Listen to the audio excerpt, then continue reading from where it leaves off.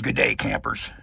Today's project is replacing the converter in my Grand Design Momentum toy hauler.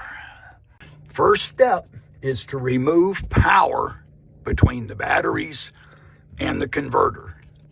In my Momentum, the battery switch, when shut off, disconnects the batteries from the converter.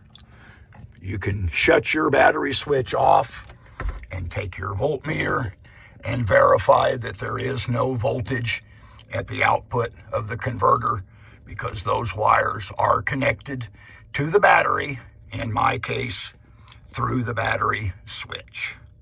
Converter is held in with these 4 wood screws. We also have a ground running through this lug. What I will do is loosen one side, remove the other side. That way I can just slide the converter out. Wires are held in with an Allen wrench. This ground lug is actually mounted to the case with a Phillips head screw and a nut on the back. In my case, the ground wire runs through that ground lug.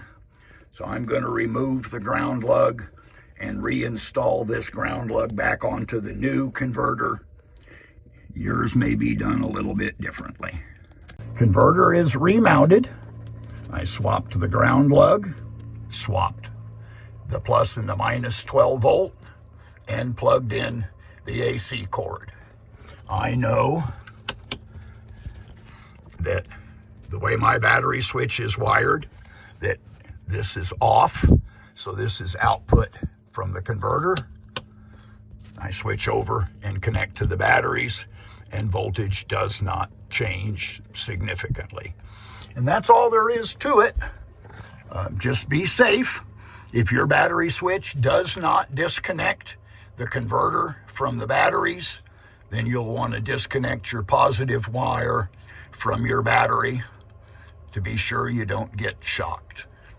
Thanks for watching, and please remember to like and subscribe.